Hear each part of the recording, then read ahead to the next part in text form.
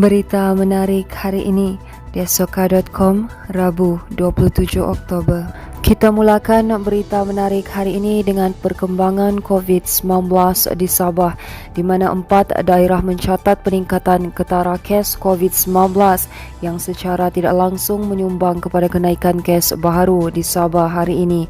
Jurucakap Perkembangan Harian COVID-19 Sabah, Datuk Seri Masidi Manjun berkata, daerah terbabit ialah Kinabatangan, Kota Kinabalu, Putatan dan Tambunan.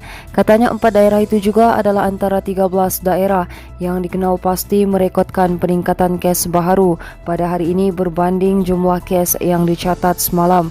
Beliau berkata sebanyak 12 daerah lagi mencatat penurunan kes, dengan 2 daripadanya merekodkan penurunan signifikan, iaitu Ranau yang turun 28 kes dan Keningau turun 19 kes hari ini.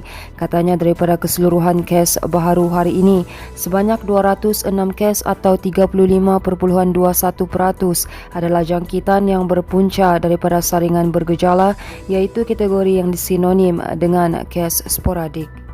Seterusnya, masyarakat di Sabah perlu diberi pendedahan mengenai hak-hak pengguna bagi meningkatkan kesedaran mereka sebagai pengguna.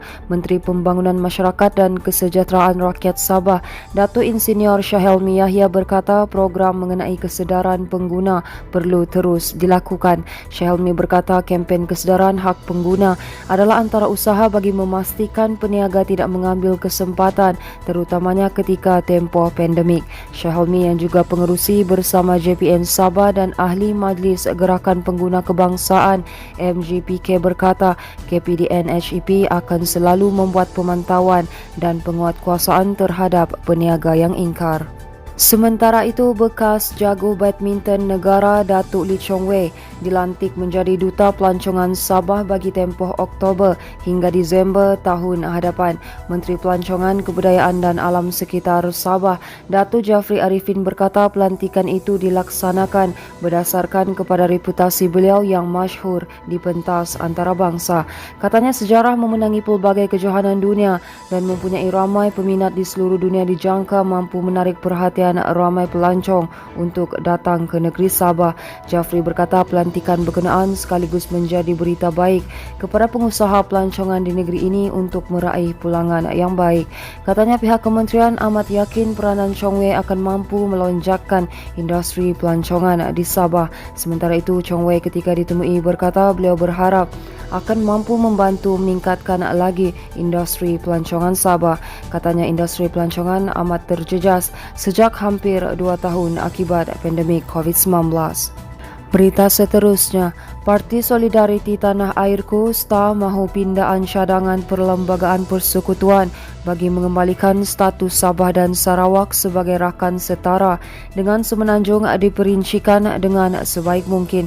Berikutan itu, Presidennya Datuk Dr. Jeffrey Kitingan berkata pihaknya mengalu-alukan langkah menangguhkan pembentangan usul rang undang-undang pindaan Perkara 1-2 dan Perkara 160-2 Perlembagaan Persekutuan yang sebelum ini dijadual dalam sesi persidangan Parlimen kali ini. Beliau berkata penangguhan itu membolehkan perincian berhubung pindaan berkenaan dilakukan dengan sebaik mungkin memandangkan pindaan terhadap Perlembagaan Persekutuan yang memberi kesan kepada negeri Borneo adalah isu yang kontroversi dan kompleks. Ahli Parlimen Keningau itu berkata beliau kekal berpandangan bahawa Perjanjian Malaysia 1963 pada asasnya adalah pengambil alihan tanah Melayu terhadap koloni British iaitu Sarawak dan Borneo Utara, Sabah. Beliau menegaskan bahawa perjanjian antarabangsa yang diatur pihak British dan Kerajaan Tanah Melayu itu tidak mencerminkan aspirasi sebenar rakyat Sabah ketika ia ditandatangani pada 9 Julai 1963 sebelum proses pembentukan Malaysia selesai pada 16 September tahun yang sama. Sementara itu, Jeffrey mengkritik artikel diterbitkan sebuah portal yang tidak menulis dengan tepat berhubung konsep rakan setara apabila menyatakan pindaan perlembagaan dilakukan untuk memberikan Sabah dan Sarawak status setara dengan negeri di Semenanjung. Baiklah, ini merupakan berita terakhir dari kami, di mana sebuah kontena sepanjang 12 meter berisi minuman keras tidak bercukai dirampas dalam operasi Ops Kontraben di KKIP Timur, Kota Kinabalu kemarin dalam operasi Pasukan Gerakan Am PGA Tiger Platoon Batalion 16 dan cawangan perisikan Ibu Pejabat Brigade Sabah pada 10 malam itu. Kontena berkenaan dikesan ditinggalkan bersama sebuah lori trailer dalam keadaan berkunci tanpa penjaga.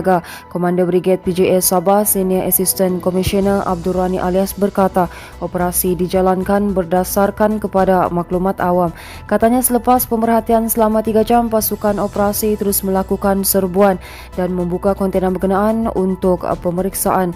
Abdul Rani berkata jumlah keseluruhan rampasan termasuk lori trailer dan kontena dianggarkan bernilai RM595,833 berdasarkan harga pasaran semasa.